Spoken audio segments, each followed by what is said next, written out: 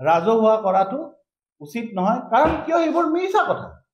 আমি একে আদৰ্শত বিশ্বাস কৰোঁ। আমি অসমৰ ৰাইজৰ দলে যদি লুৰিণজ্যোতি গগৈ ডাঙৰীয়াই কৈছে, কি কাৰণত কৈছে মই নাজানো, বাৰম্বাৰ এই কথাটো কোৱাটো দুখ পাইছো যে ৰাইজৰ দলে অসমৰ জাতীয় সমস্যাৰ ক্ষেত্ৰত যি বলিষ্ঠভাৱে মাত মাতি আহিছে, তাৰ পিছত যদি ৰাইজৰ দলৰ ক্ষেত্ৰত যদি কোনোবাই প্ৰশ্ন কৰে আৰু ৰাইজৰ দল বা আঞ্চলিক দলবোৰৰ মাজত যদি কোনোবাই পাৰ্থক্যবোৰ বাৰে বাৰে ৰাইজৰ মাজত ওলাই দিয়ে, অসমৰ জনগণই দুখ পাব। কাৰণ এই একত্ৰীকৰণ অসমৰ জনগণৰ আহ্বান ক্ৰমেহে আমি বিচাৰিছো।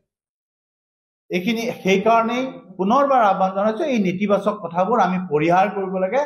আমি এটা ইতিবাচক দিশত আমি কেনেকৈ আঞ্চলিক শক্তিবোৰ ঐক্যবদ্ধ হৈ একত্ৰীকৰণ হৈ আমি কেনেকৈ বিজেপিক পৰাভূত কৰিব পাৰোঁ, এই ক্ষেত্ৰত আমি অগ্ৰসৰ হওঁ। আন ৰাজনৈতিক দলবোৰৰ লগত একেলগে ঐক্যবদ্ধ হোৱাত বিফল হয়।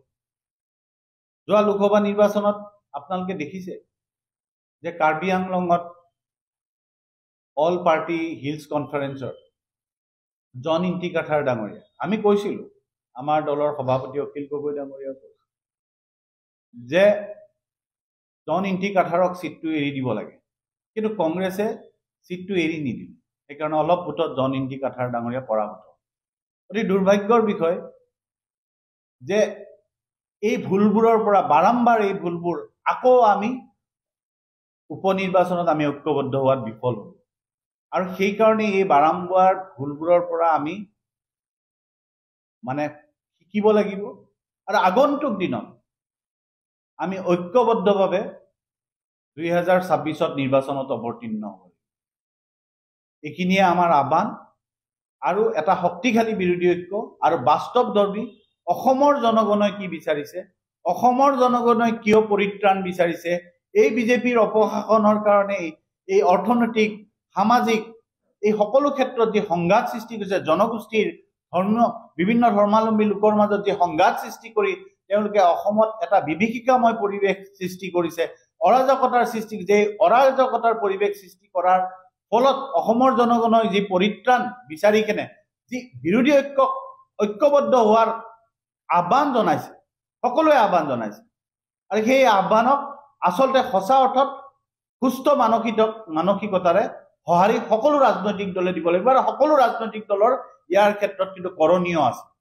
কাৰণ এইটো কেতিয়াও হ'ব নোৱাৰে যে কেৱল আন 16টা ৰাজনৈতিক দলক কংগ্ৰেছ দলে নিজৰ লগত ৰাখি নিৰ্বাচনত অৱতীৰ্ণ হয় ৰাইজক খালি যে আমি ঐক্যবদ্ধ এই বাৰ্তাটো দিলে নহ'ব। ৰাইজে এইটো উপলব্ধি কৰিব লাগিব যে অসমৰ জনগণৰ যি আঞ্চলিকতাবাদৰ প্ৰতি যি আস্থা আৰু সত্তা, সেই সত্তাটো অসমৰ লাখ লাখ কোটি কোটি জনগণৰ আছে। আৰু সেই লাখ লাখ জনগণক, কোটি কোটি জনগণক সন্মান জনাই ৰাষ্ট্ৰীয় দল কংগ্ৰেছ দলে, যদিও আমাৰ আদৰ্শগত পাৰ্থক্য আছে, কিন্তু আমি ঐক্যবদ্ধ হ'ব বিচাৰিছোঁ। এই জনগণক, যি জনগণে বিচাৰিছে আজি ঐক্যবদ্ধ হোৱা, এই জনগণক সন্মান জনাই আমি ঐক্যবদ্ধ হৈ নিৰ্বাচনত অৱতীৰ্ণ হ'ব।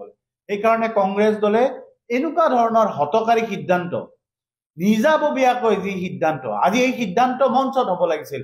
কংগ্ৰেছ দলে যদি সঁচা অৰ্থত যদি বিজেপিক পৰাভূত কৰিব বিচাৰিছে, তেতিয়াহ'লে ঐক্যবদ্ধভাৱে একেখন মঞ্চত আহি আলোচনাৰ মাজেৰে সমিল মিলে এই সিদ্ধান্ত হ'ব লাগিছিল। কিন্তু দুৰ্ভাগ্যৰ বিষয়, এই সিদ্ধান্ত এটা ৰাজনৈতিক দলৰ কাৰ্যালয়ৰ পৰা হৈছে।